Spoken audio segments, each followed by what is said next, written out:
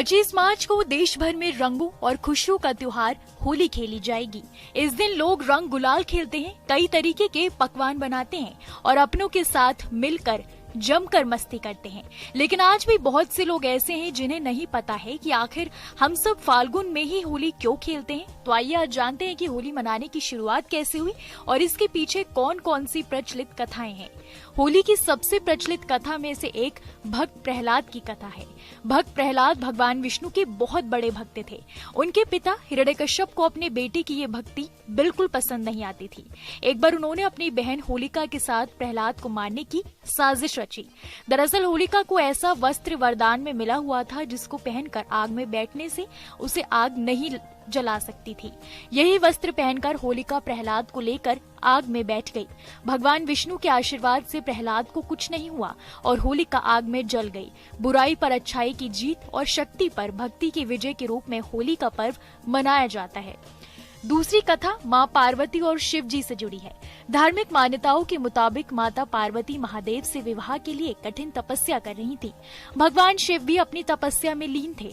शिव जी और माँ गौरी के पुत्र के हाथों राक्षस तड़कासुर का वध निश्चित था। ऐसे में भोलेनाथ और माता का विवाह होना बहुत ही जरूरी था।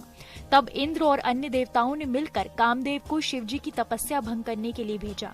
कामदेव ने शिव शंकर की तपस्या भंग करने के लिए उन पर पुष्प वार छोड़ दिया। इससे शिव जी की समाधि भंग हो गई और उन्होंने क्रोध में आकर अपना तीसरा नेत्र खोलकर कामदेव को भस्म कर दिया। लेकिन शिव जी की तपस्या तो भंग हो चुकी थी।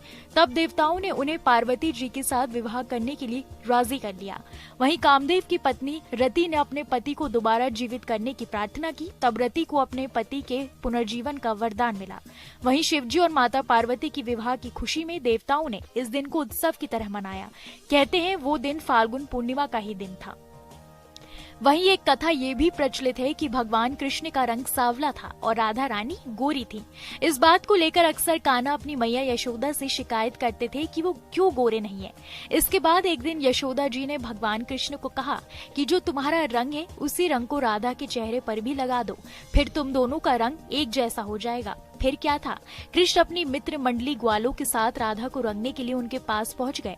कृष्ण ने अपने मित्रों के साथ मिलकर राधा और उनकी सखियों को जमकर रंग लगाया। कहते हैं कि तब से ही रंग वाली होली की परंपरा शुरू हुई। आज भी मथुरा में भव्य और धूमधाम तरीके से होली खेली जाती है। कैसी लगी आपको हमारी ये जानकारी, हमें कमेंट बॉक्स में जरूर बताएं। बाकी धर्म कर्म से जुड़ी तमाम जानकारियों के लिए सब्सक्राइब कीजिए हमारा डिजिटल चैनल और देखते रहिए न्यूज नेशन स्तुति।